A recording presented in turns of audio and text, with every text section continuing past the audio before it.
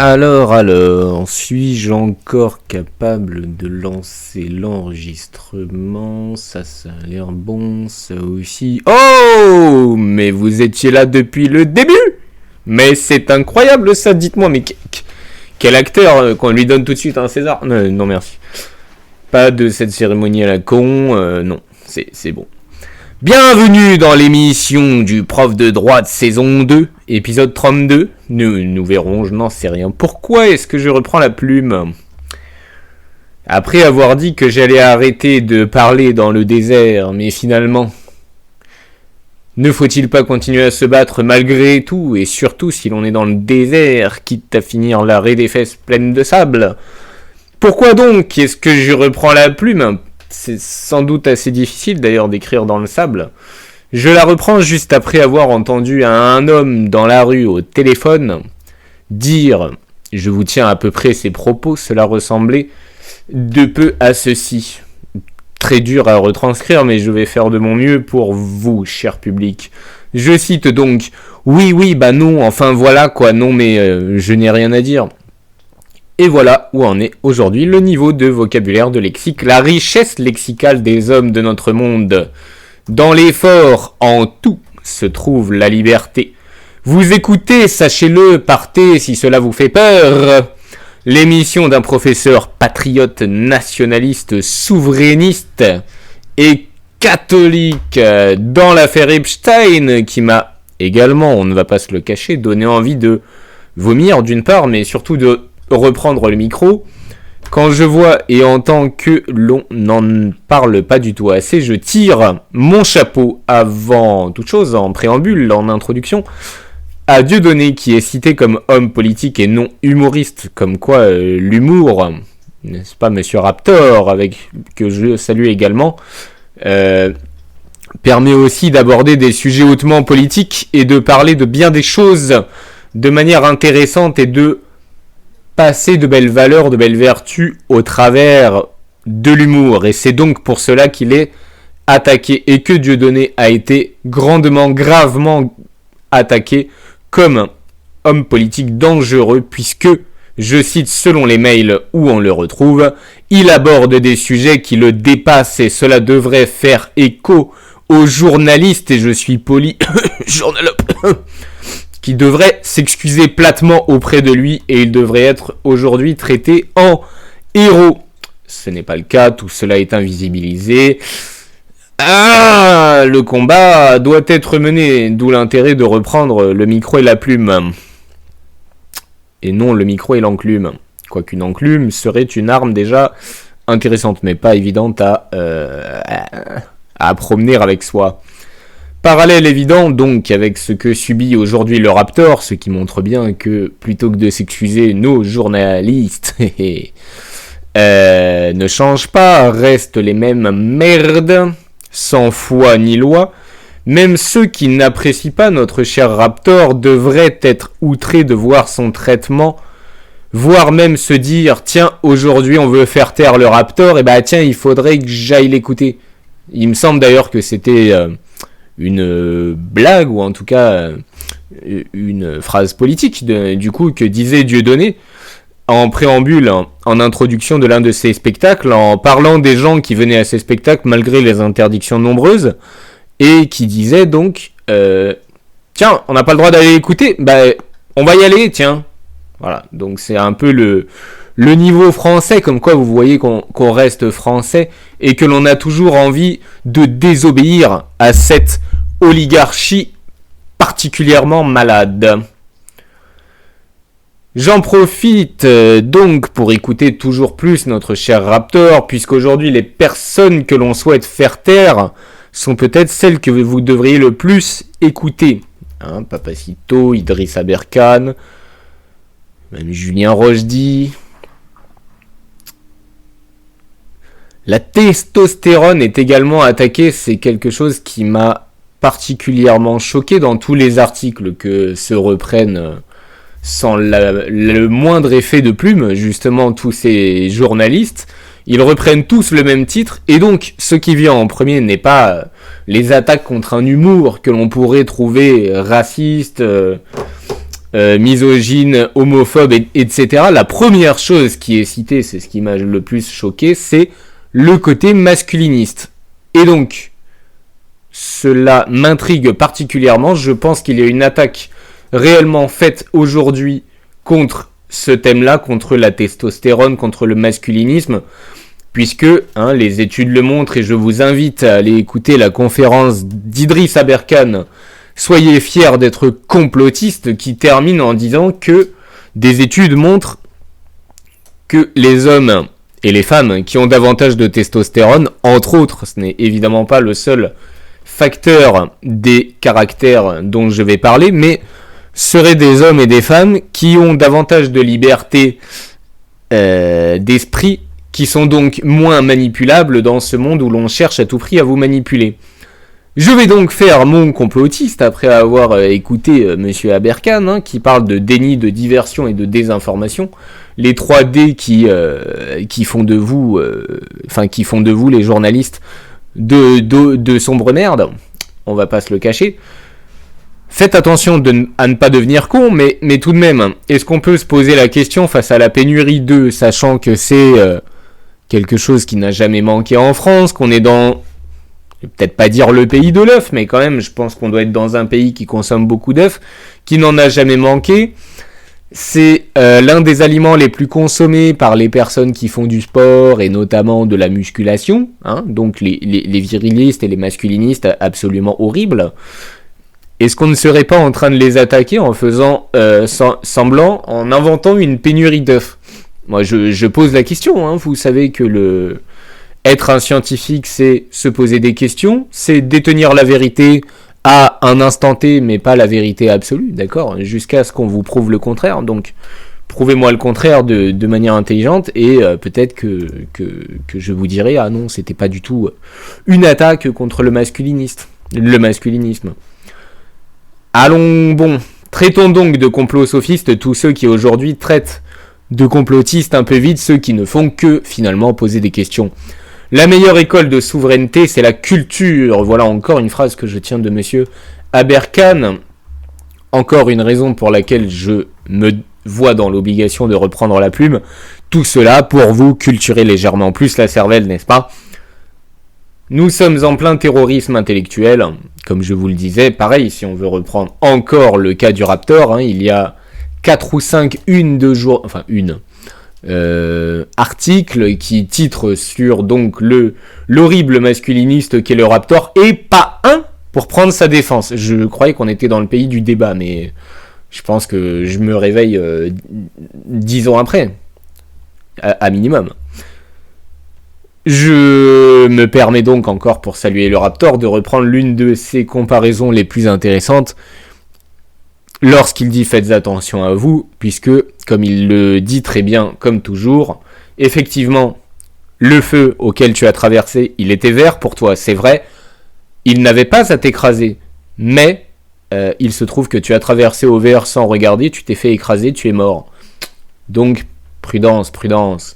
On vous a menti durant la période du Covid, c'est un fait, servez-vous-en donc pour votre formation, demandez-vous désormais sur quoi on peut encore vous mentir, et cessez donc, bon sang de bonsoir, de Bachibouzouk, de croire tout ce que l'on vous raconte dans les merdias. Ah, j'ai dit merdias ? Non, c'est pas du tout ce que je voulais dire, évidemment.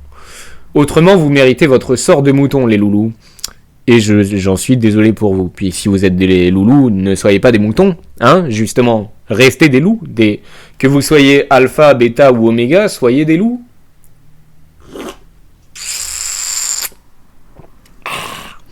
Désolé.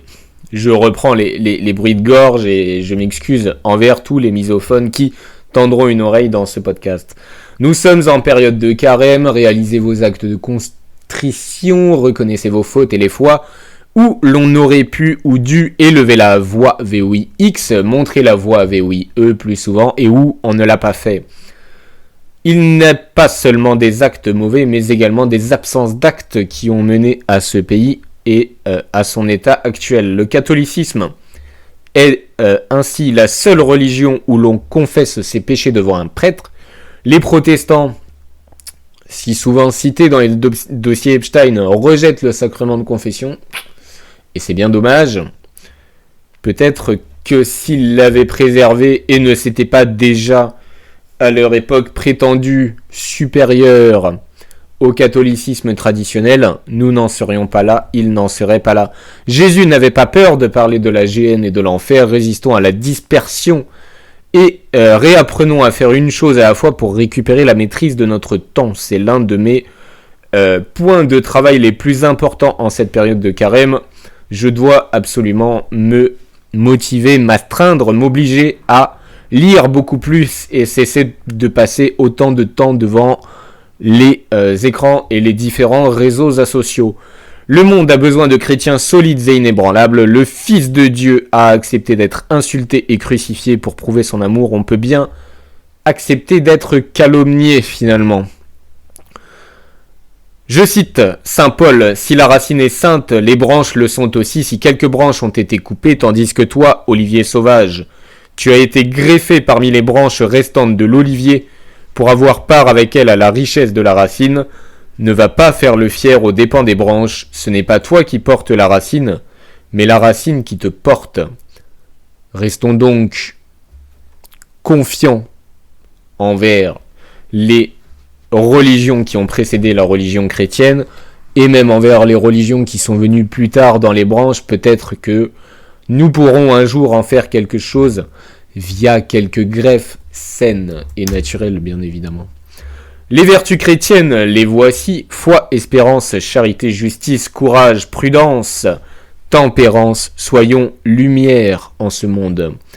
Futurs épisodes, je n'en sais rien. Deviendrai-je un horrible grammaire nazi en vous faisant la leçon sur les fautes odieuses à l'oral et à l'écrit, les fautes impardonnables que nous verrons ensemble et qui ne sont pourtant pas difficiles à corriger, mais qui peuvent en revanche vous coûter un travail auprès de patrons qui ont encore un tout petit peu d'exigence, et c'est une bonne chose et une belle qualité.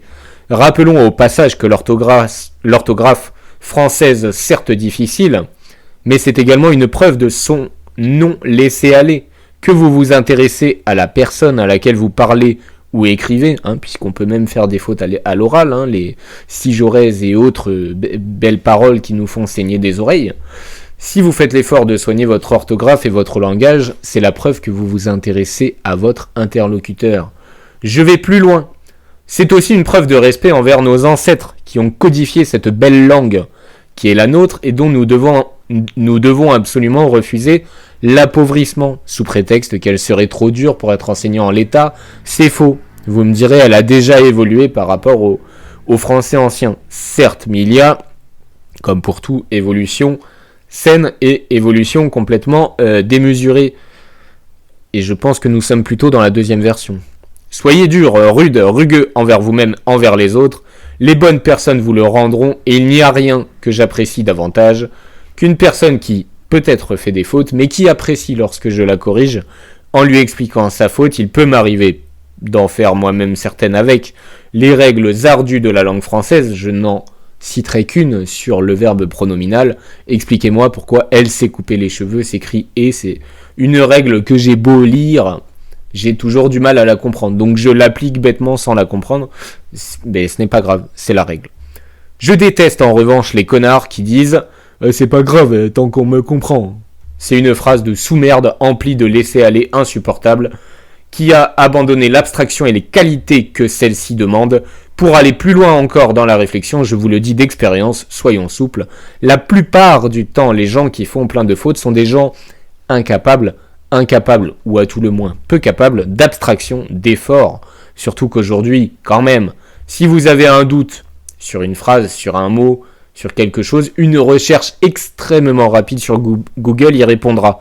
Donc c'est vraiment une preuve de manque de respect envers votre interlocuteur que de faire des fautes d'orthographe.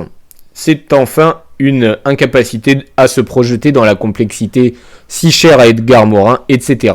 Ayez l'éthique de travail d'un Cristiano Ronaldo, quitte à vous faire attaquer par les abrutis là, de journalistes toujours, plutôt que les merdes de gauchias qui tapent sur les morts. Je vous rappelle Hulk Hogan pour les déshéroïser derrière Néologisme assumé, sans chercher eux à produire les efforts qui leur permettraient de progresser pour devenir eux-mêmes des idoles. Donc, puisqu'ils ne sont pas capables de faire les efforts nécessaires pour devenir des idoles, ils préfèrent les déshéroïser. Et oui, je réutilise mon néologisme, quitte à inventer un mot, quand même, autant s'en servir. Aramis était-il un héros ? Voilà le devoir que je vous avais donné au dernier épisode, que vous avez eu le temps de potasser, puisque c'était il y a 2 mois. Donc, y avez-vous réfléchi ? Je vous donne un petit peu mes réponses. Si j'étais le jumeau parfait de M. Macron et que grâce à un stratagème digne des plus grands mousquetaires, je me retrouvais à sa place sans faire de vagues, pour reprendre un hashtag de prof, qui nous va bien finalement. La première chose que je viserais, c'est retrouver la souveraineté de ce pays. Ensuite, pour ce qui est de l'éducation, évidemment, je suis enseignant, j'essaierai de retrouver des programmes sains, une éducation au risque dont j'ai déjà parlé, davantage d'éducation physique, des compétences claires, une formation des enseignants et un retour de l'élitisme pour tous, c'est-à-dire élèves comme enseignants. Je dégagerai les 3/4, je pense, à vue de nez, des politiques de l'Assemblée nationale, des sénateurs, des que sais-je, qui ont vendu leur âme au diable. Et une bonne partie aussi de la fonction publique inutile, la paperasse, etc. Ensuite, j'aurai beaucoup de politiques de santé parce que je pense que l'un des lieux publics les plus malades, c'est le cas de le dire, c'est le milieu hospitalier. Donc je pense qu'il y a un très gros travail à faire à ce niveau-là. Et vous savez qu'au niveau politique de santé, je serai beaucoup plus dur envers ceux qui se laissent aller, que peut-être en revanche je donnerai un petit bonus pour qu'ils payent un petit peu moins leur mutuelle, puisqu'ils vont nous coûter un petit peu moins à ceux qui font les efforts pour prendre soin de leur santé. Un pays au modèle puissant auquel les gens voudront s'identifier plutôt que de chercher à le dénigrer et faire comme bon leur semble, sans se soucier de ce qui est beau et au-dessus d'eux. Vous savez très bien ce que ça veut dire pour les politiques migratoires dont je n'aime pas trop parler, puisque c'est un sujet que je ne maîtrise pas complètement, mais en tout cas je suis convaincu que si le pays faisait beaucoup plus envie, quitte à être un petit peu fort et un petit peu rude et rugueux avec ces personnes-là, elles auraient bien davantage envie de s'y attacher, d'y ressembler, et plutôt que, disons, d'y mettre le bazar, pour le dire poliment, chercheraient plutôt à le tirer encore davantage vers le haut. Quitte aussi, pourquoi pas, à faire une immigration de choix plutôt qu'une journée portes ouvertes. Et enfin, on travaillera, ou même en premier lieu peut-être, sur le rappel des racines chrétiennes depuis 1500 ans de ce pays. Écoutez, je crois que ce serait déjà pas mal si je pouvais prendre la place de Monsieur Macron. Première partie de ce podcast qui n'a plus de transition, qui n'a plus rien, on enchaîne. Les VARS, dont je voulais parler depuis un moment, au cœur d'un débat politique, social et éducatif. L'éducation à la vie affective, relationnelle et à la sexualité est devenue un sujet hautement clivant dans notre société. Enfin, hautement clivant, mais alors comme tous les sujets, on en parle 2 semaines, puis il y en a un autre qui vient le supplanter, puis on oublie qu'il y avait quelque chose d'extrêmement grave qui se jouait quelques semaines avant, qu'on vous le fait oublier dans les médias, dans la sphère médiatique. Donc, voilà, j'ai cité donc ce programme EVARS, dont on a parlé 2 semaines, puis qu'on a oublié, les agriculteurs qu'on a oublié. Actuellement, on est, je m'excuse, mais dans la mort de Quentin, la mort tragique de Quentin, mais je vous prédis déjà que dans 2 semaines, elle sera tristement oubliée. Le monde va vite et ce n'est pas une bonne chose, et on oublie justement ce qui est intemporel. En premier lieu, la religion. Pour certains, donc, ce programme EVARS, c'est une avancée nécessaire pour protéger les enfants. Mais laissez-moi rire. Qui fait les programmes ? Avez-vous confiance en eux pour protéger vos enfants ? On revient sur ce que je disais sur le Covid. Ils vous ont prouvé qu'on ne peut pas avoir confiance en eux. Pourquoi aurait-on confiance en ces gens-là ? Pour d'autres, dont moi, je ne vais pas vous le cacher. C'est une intrusion inutile idéologique qui détourne l'école de ses missions fondamentales et fragilise les plus jeunes. Le développement qui va suivre assume une critique forte mais selon moi raisonnée des dérives potentielles de ce programme, tout en reconnaissant ce qu'il pourrait apporter de positif dans certaines conditions strictes et enseignées par des professeurs sains, ce qui est déjà une limite importante. Une structure institutionnelle absolument vide de contenu réel. Les VARS, c'est quoi? C'est 3 fois 1 heure par an, c'est absolument une blague bureaucratique. Le programme officiel impose donc 3 séances non limitées dans le temps, si vous voulez faire 3 séances de 3 heures, super, mais vous allez vous amuser. Donc d'éducation à la sexualité de l'école maternelle au lycée. Ce volume de 3 séances, alors reprenons mon idée de 3 heures, c'est absolument dérisoire, c'est trop court pour aborder des notions sensibles de manière rigoureuse, c'est trop court pour instaurer une pédagogie progressive, continue, adaptée, trop court pour répondre aux besoins réels des enfants, qui ne sont pas mesurés d'ailleurs par les gens qui font les programmes depuis leur bureau, qui, je suis prêt à le parier, bien souvent n'ont eux-mêmes pas d'enfants. C'est un pari que je prends mais qu'on me prouve le contraire. C'est essentiellement un affichage politique, une case à cocher dans des tableaux ministériels, pas un véritable apprentissage. On trouve beaucoup de mots prestigieux, consentement, égalité, respect, LGBTQI, phobie, mais peu de progression pédagogique tangible.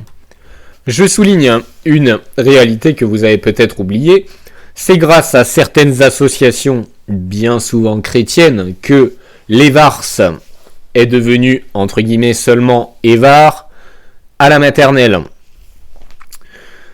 Ces associations ont pesé pour que la sexualité explicite soit retirée du cycle maternel, et ainsi laisser place à une éducation à la vie, disons, uniquement affective et relationnelle.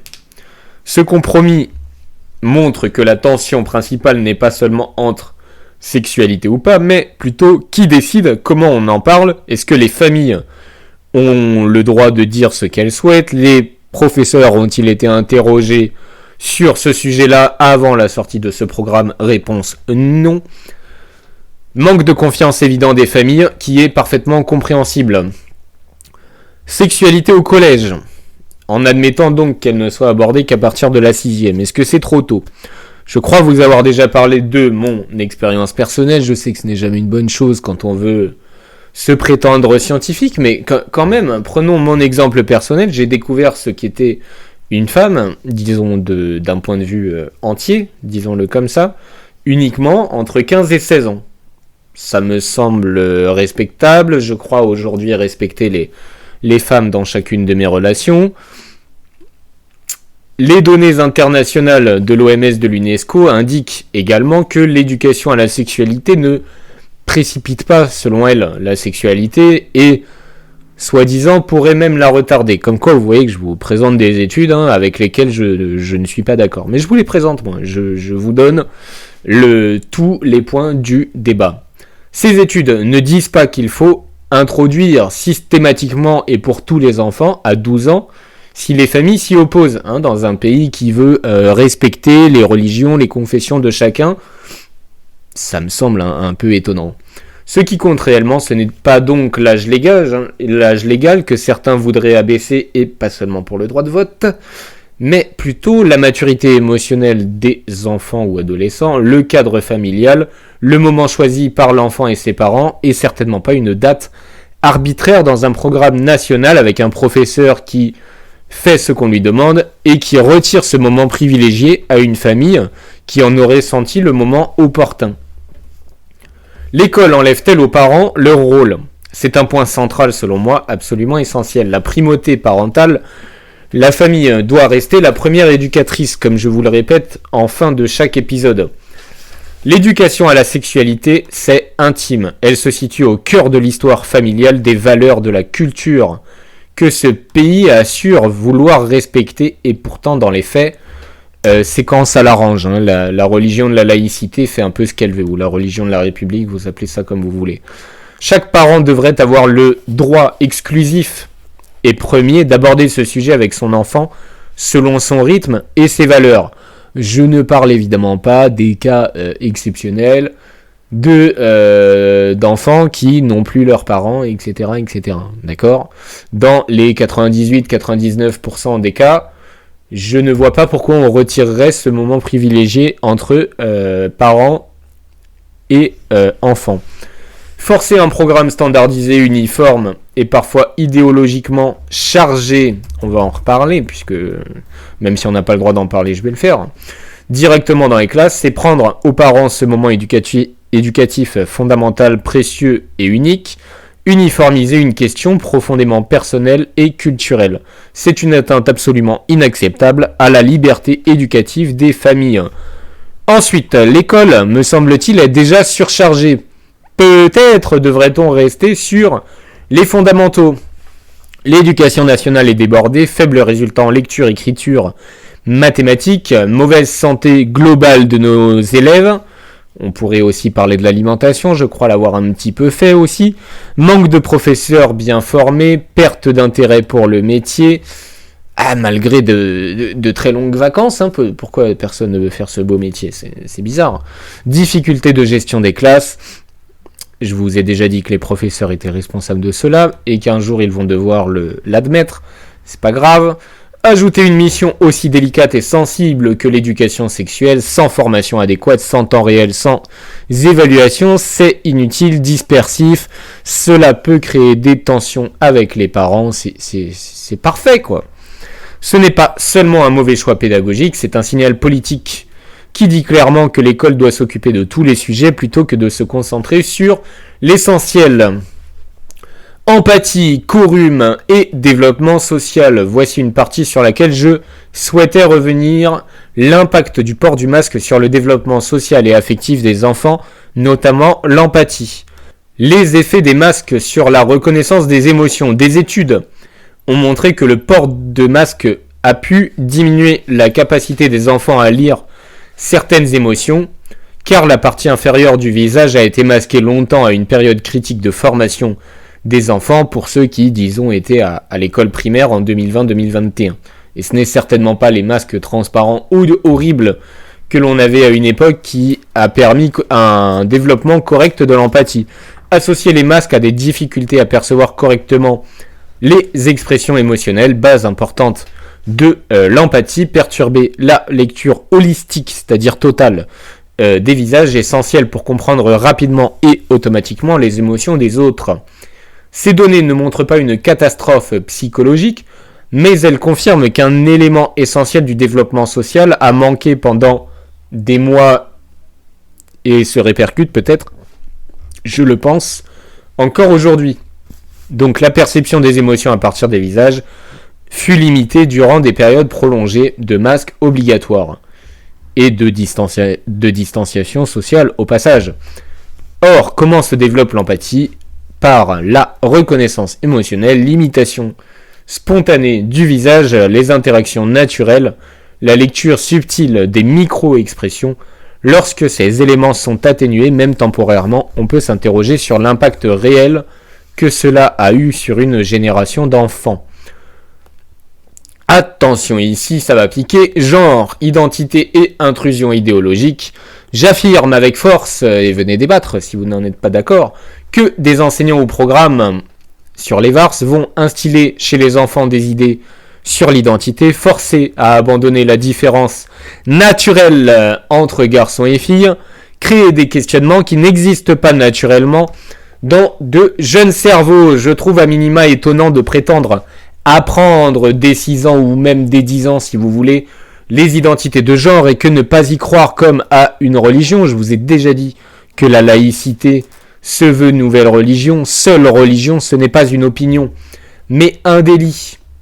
Cela me semble absolument odieux, une insulte envers l'intelligence humaine et, disons-le, surtout et avant tout, pédocriminel que de manipuler justement des enfants à ce point dès cet âge en leur refusant toute opinion, tout droit au débat pour imposer dès cet âge-là ce nouveau dogme qui n'a que quelques années d'existence, c'est-à-dire aucune base solide, et que sont solides d'ailleurs au passage ces gens LGBTQI+, ou QI-, surreprésentés dans le mal-être, dans les tentatives de suicide. Vraiment, ça donne envie de leur ressembler.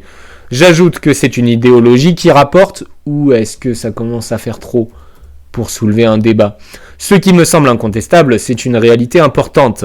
Les programmes pédagogiques ne devraient jamais proposer comme une évidence sociale ce qui est encore matière de débat scientifique ou philosophique, à tout le moins chez des personnes mineures.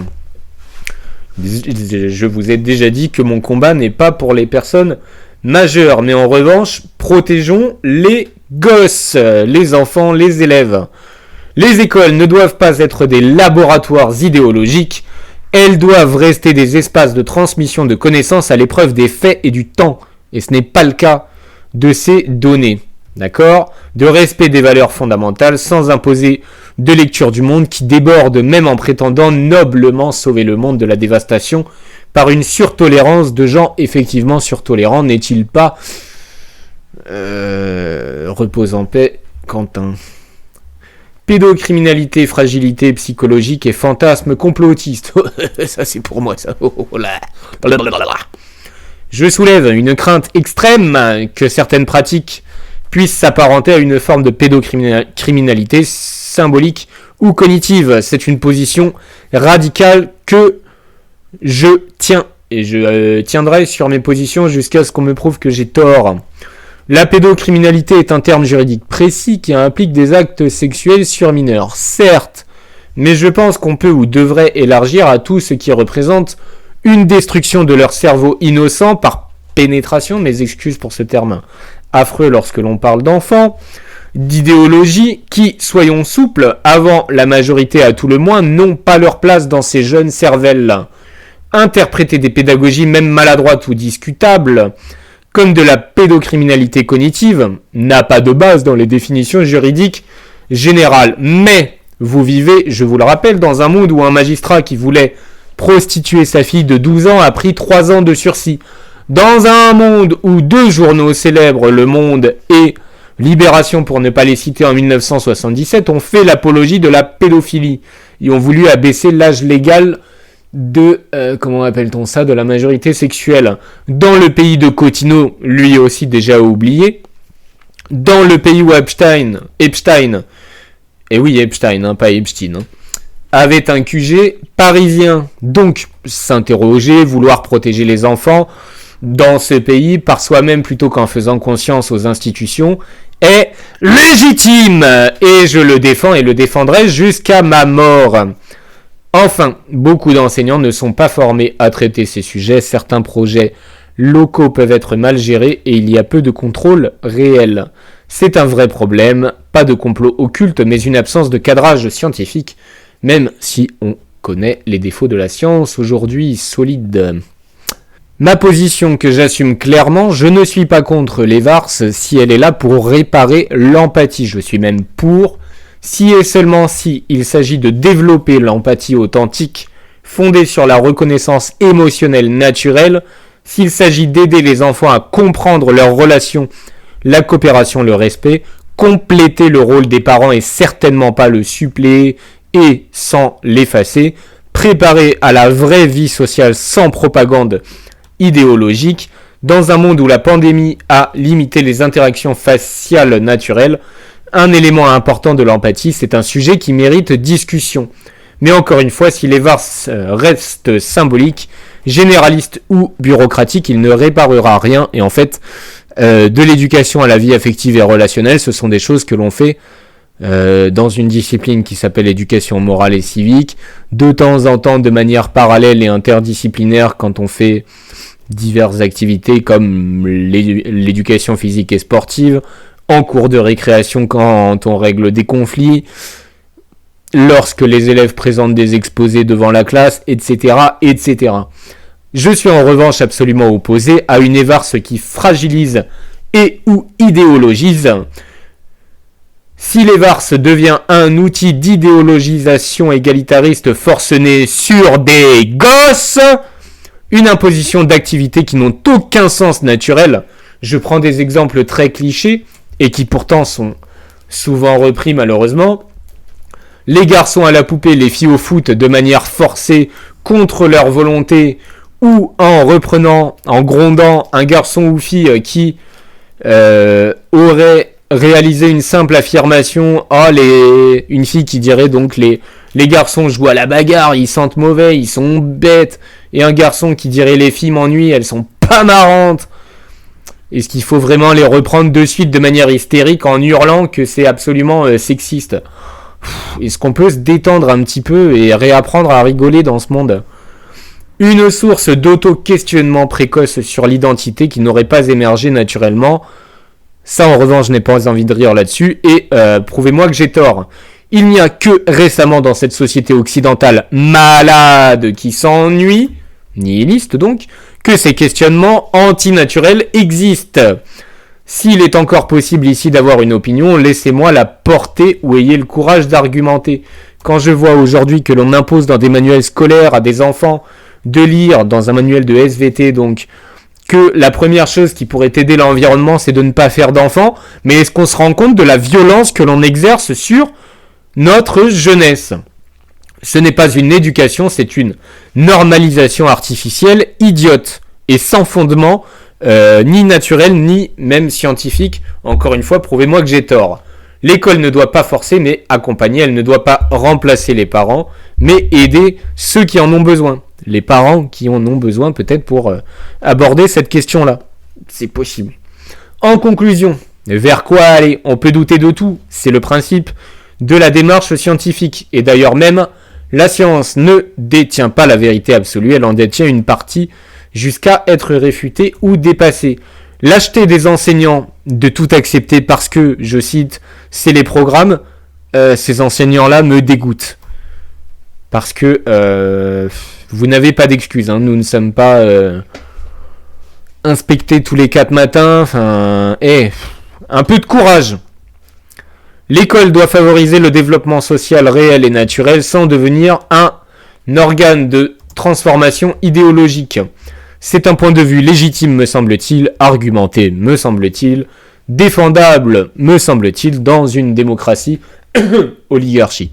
Ce que je veux n'est pas l'interdiction de toute éducation relationnelle, bien au contraire, j'en fais moi-même en classe, mais ce que je souhaite, c'est qu'elle ait du sens de la mesure, qu'elle laisse la place à la nature et que priorité soit donnée aux fondamentaux cognitifs avant tout et au respect de l'enfance. Étude d'un ouvrage Samouraï d'Occident par Dominique Vénère, le Bréviaire des Insoumis, publié en 2013, année même de son suicide dans la cathédrale Notre-Dame. Nous y reviendrons en conclusion. Il fait déjà le constat, il y a donc 13 ans, d'une laideur envahissante dans notre pays, de la bassesse promue en vertu et de mensonges élevés au rang de vérité. Tiens, c'est marrant, ça me rappelle la partie juste avant. Et pourtant, en 2013, ça n'était pas encore tout à fait dans les questionnements de l'école. Ils sont inattaquables. Je vous rappelle que si vous débattez avec une femme... Alors oui, désolé, hein, déjà la grossesse c'est pour les femmes, mes excuses. Mais donc si vous débattez avec une femme sur l'avortement, c'est amende voire prison. Ok. Il parle d'un scientifique Guggenheim qui fut attaqué pour avoir prouvé que le Moyen-Âge chrétien français longtemps attaqué n'avait finalement pas été un temps d'obscurantisme, mais au contraire un temps où il y avait beaucoup d'échanges, et même avec le monde oriental, puisque les meilleures universités se trouvaient là-bas, et que de très beaux et grandioses échanges universitaires existaient en ce temps-là, et dans ces zones-là. Ah, comme quoi, vraiment, on a vraiment beaucoup gagné par rapport au sombre et obscur Moyen-Âge. Exister, c'est combattre ce qui nous nie. Je préfère, comme lui, me mettre le monde à dos, que me mettre à plat ventre, vous me direz, vu... Oui, je râle encore, je chiale encore un peu, je chougne encore un peu, mais vu le peu de gens qui écoutent ce podcast, finalement, j'ai pas trop de monde à dos, Mais bon, on sait jamais, ça viendra peut-être. Mais je ne me mettrai pas à plat ventre. Si les féministes, extrémistes et homosexuels, selon l'auteur, ont une telle portée dans les universités, la politique, c'est qu'ils sont ceux qui ont des moyens et du pouvoir d'achat. Tiens, c'est bizarre, ça me rappelle aussi la partie d'avant. Féminisation ou plutôt dévirilisation de notre société, catastrophique, car de fait plus manipulable. Désolé mesdames, évidemment les contre-exemples existent, c'est une courbe de Gauss, mais selon le taux de testostérone entre autres, d'où les attaques sur la masculinité, j'en parlais également. Un combat que certains moutons vont dénigrer et qui est pourtant central selon moi. Ce n'est pas pour rien que le masculinisme, la testostérone, toutes ces choses-là, les hommes et femmes qui arrivent à être libres et indépendants sont si violemment attaqués aujourd'hui. On refuse la responsabilité des crimes, délits, on s'arrête à la moindre pression, ajoutons les biais de confirmation et de conformation au groupe. Dans ces deux mots, je vous rappelle, il y a la syllabe con. Tout le monde va chez le psy. Impossibilité de débattre froidement sans faire face à l'hystérie, puisque les gens ne savent plus débattre et défendre leurs opinions. Il nous faut une écologie réelle, une écologie du foyer, on en a déjà parlé, mais pourquoi ne pas en reparler à travers cet ouvrage? Sortir du consumérisme, sortir de cette drogue consumériste, préférer les choses locales, artisanales, durables. Il faut du cran aujourd'hui pour assumer de penser différemment, de sortir de la doxa droite-gauche, la démocratie est inattaquable par exemple, c'est étonnant. C'est une prison pourtant même pas dorée où est 99% de la population. L'Europe est également difficilement attaquable. Le socialisme, à plus ou moins forte dose, est également inattaquable. Je suis d'ailleurs sur un bouquin du poisson clown Nemo sur le sujet, donc je reviendrai peut-être vers vous sur le socialisme qui nous tue. Plus encore, pour porter ces idées, c'est ce que j'essaie de faire. Les opposants sont aujourd'hui attaqués, traqués, tués socialement, en étant virés des banques, en étant calomniés sur les réseaux et par leur biographie sur Wikipédia, vous savez comment ça marche. Ils réalisent une courte histoire comparée du Japon. Cela permet de mieux comprendre, d'appréhender son histoire que de l'observer avec les yeux d'une autre culture et de la comparer à cette autre culture. Pour en tirer ressemblance, dissemblance, conclusion, on aboutit alors à des observations nouvelles. Le Japon au Moyen-Âge, en gros début du premier millénaire, a, contrairement au monde occidental qui multipliait les échanges, avec notamment, je le disais, l'Orient, l'Afrique, les Indes et plus tard la découverte des Amériques, le Japon a vécu, lui, dans son coin, disons, replié sur lui-même, se concentrant sur lui. Ce que j'appelle de mes voeux aujourd'hui pour la France, pareil, parlant de pensée limitante, il vous paraît, je suis sûr, j'en suis certain, choquant de dire aujourd'hui, halte à la mondialisation, replions-nous sur nous-mêmes, retrouvons de l'autonomie et de la souveraineté à tous les niveaux. Pourtant, réfléchissez-y, retrouver cela me semble premier parmi les objectifs que notre pays devrait se fixer. Et malheureusement, on en est loin. La civilisation japonaise en ce temps est donc fermée, hautement raffinée, ritualisée, à la fois forte et ferme en morale, ce qui fait qu'aujourd'hui encore, l'empereur du Japon est le descendant d'une lignée unique d'empereurs à 126 étages ou branches, selon ce que vous appelez un arbre généalogique, et toujours en demandant à ChatGPT confirmation de cette information, il se sent obligé de mettre des guillemets ou d'émettre des doutes, sans doute justement que le cerveau de ceux qui ont codé cette IA ne peuvent imaginer cette performance et cette permanence. Le samouraï est élevé dans les arts martiaux et les rites zen répétés à l'infini dès son plus jeune âge. Je cite ce qui est, selon l'auteur, je n'ai pas vérifié, le plus vieux poème zen que je tente moi-même de méditer, parfois en étant si éloigné. Je cite donc ce poème zen.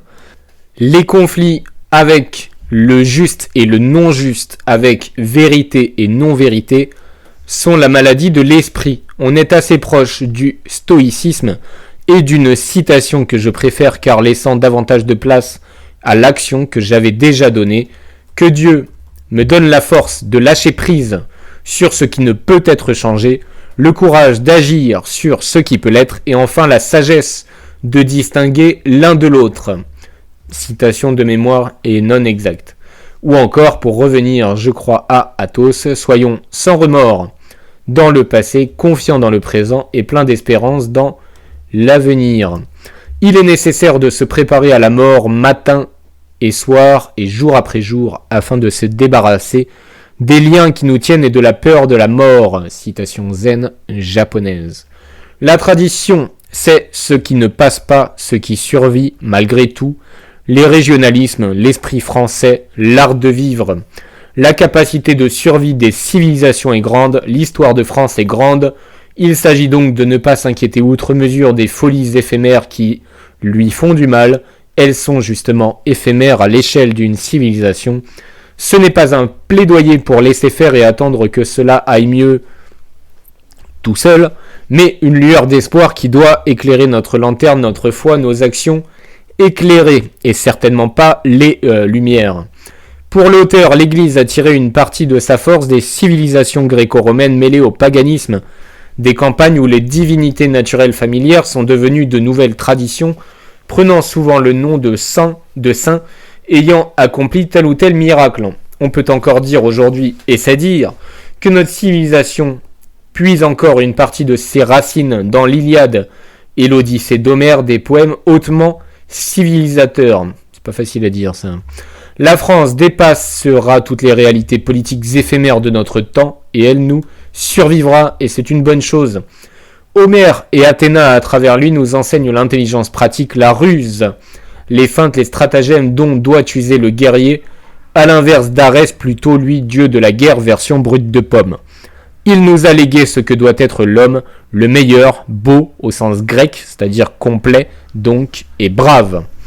Et la femme, elle doit être douce, aimante, fidèle. Sa préférence, selon l'auteur, et la mienne,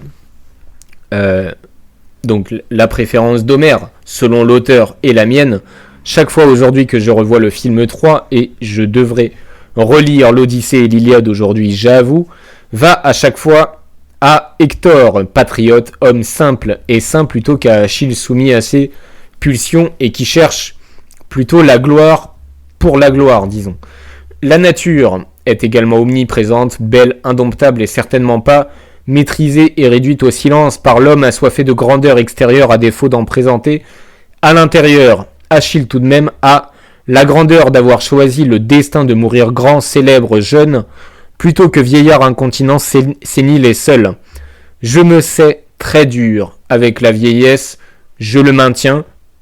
Je préfère, personnellement, dès le jour où mon autonomie baissera, et je fais les efforts nécessaires pour qu'avec la grâce de Dieu, mon autonomie ne baisse qu'entre mes 70 et 80 ans, on va essayer de faire ça, faire une dernière randonnée et faire en sorte que ce soit la dernière, en me laissant mourir d'épuisement à la grâce de Dieu, que finir médicalisé sur un lit d'hôpital et survivre à ma centaine.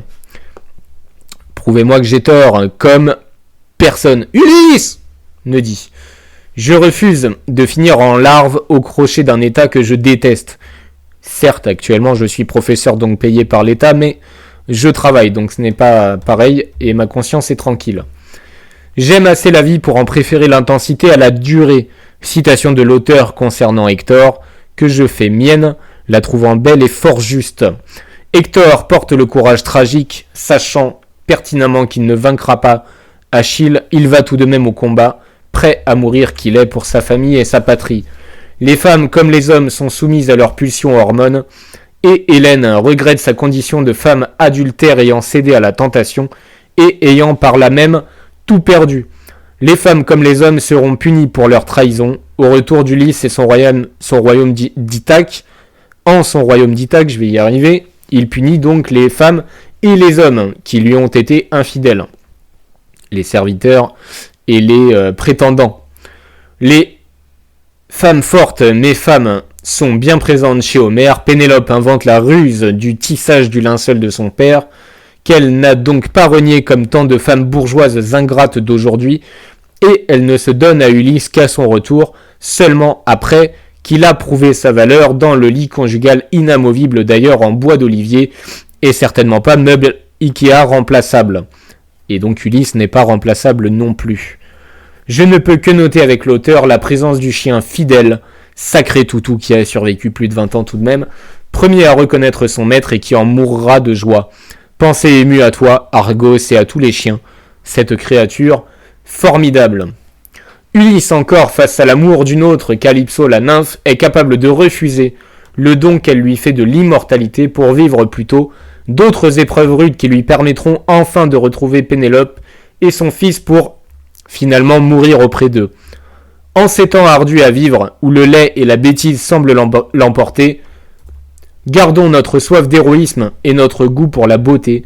Encore une fois, ce n'est pas pour rien que les canons de beauté et le masculinisme ou la soif d'héroïsme soient si violemment attaqués. L'auteur se contredit selon moi sur le sujet de la religion catholique qu'il rejette. Il regrette, c'est mon cas également, ce que sont devenues la plupart des messes d'aujourd'hui. Je vais être rude, pour un catholique, les messes avec beaucoup de femmes qui chantent faux, qui ont des voix de crécelle et avec un message du Christ version édulcorée. Ça, c'est un regret que je partage.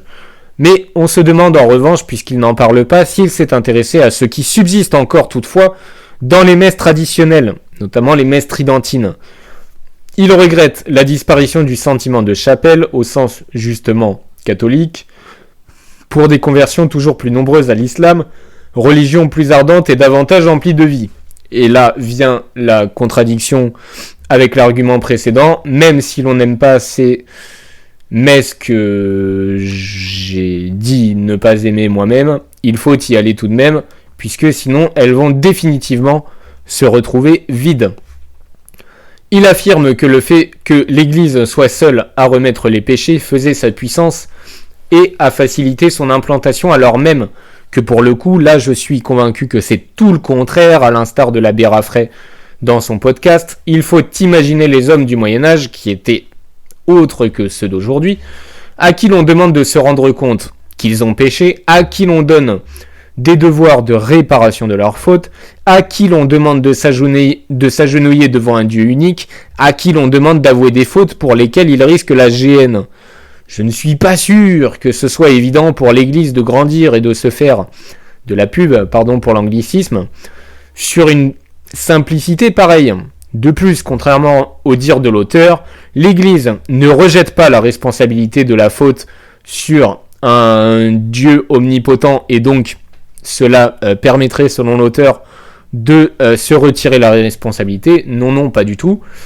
Puisqu'au contraire, le péché originel, celui d'orgueil le plus grave, ou encore celui de Lucifer, c'est celui de la connaissance, de se prétendre au-dessus de Dieu dans sa responsabilité, justement.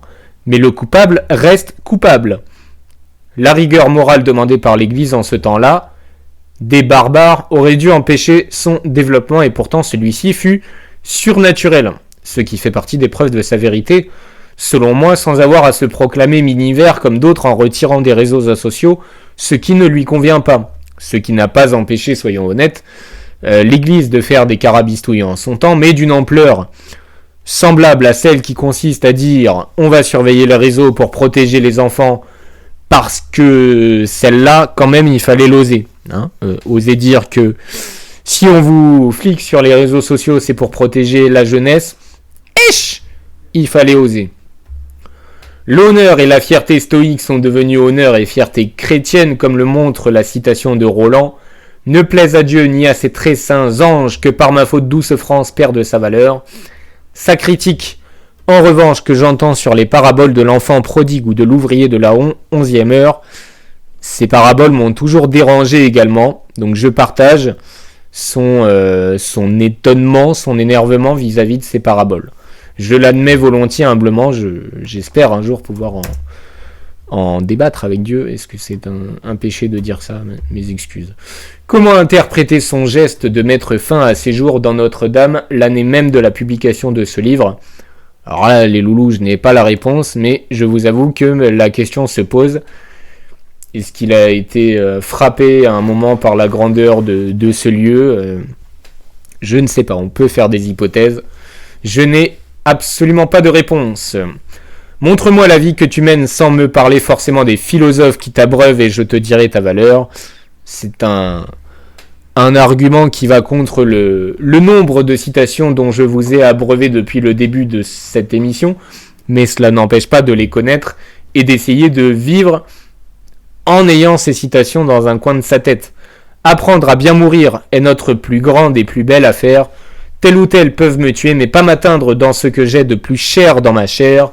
Ceci ne signifie pas détachement absolu, attention, ne nous étalons pas de manière permanente, insolente, laide, sur le divan d'un psy, sur les réseaux sociaux, de tous nos états d'âme, souffrances, problèmes, de notre physique à moitié dénudé sur les réseaux, un peu de pudeur, un peu de retenue, un peu de pudeur. Malheureux, mettons un masque d'humour, heureux, ne disons rien. Exerçons-nous, soyons durs avec nous-mêmes, puis avec les autres. Nous avons tous un besoin vital de racines, de traditions, de civilisation, même ceux qui l'ont oublié. Qui voudra vivre sa vie dans un appartement, dans un building, dans une ville où tout n'est que béton morne, gris, désespérément carré? Soyez fiers de vos particularismes, de votre histoire avec un grand H, de vos caractères propres. Ne soyez pas désespérément des gris moyens. Ayez soif de beauté propre et particulière. Quittez le mondialisme plat et sans âme. Cherchez l'artisanat et les choses, les objets uniques. Mettez-en dans votre vie. Si nous arrivons au bout du paradigme de la vocation universelle, nous sommes morts. Un jour sans stress, sans variabilité de votre rythme cardiaque, sans tempo, sans musique, c'est le jour de votre mort. La discipline doit vous donner une grande force mentale, morale et physique. Appelons à la vigueur, à la dignité, à l'énergie. Gardons cette citation qui m'accompagne chaque jour. La nature comme socle, la beauté comme but, l'excellence comme horizon. Merci de votre écoute attentive de cet épisode. Je ne fais aucune promesse pour la suite de cette émission. N'oubliez pas de faire partie de l'équipe éducative de vos enfants, d'agir où vous le pouvez et sur ce sur quoi vous pouvez pour que ce monde reste sain pour la future jeunesse de ce pays. Voilà notre plus belle mission. Merci et à bientôt.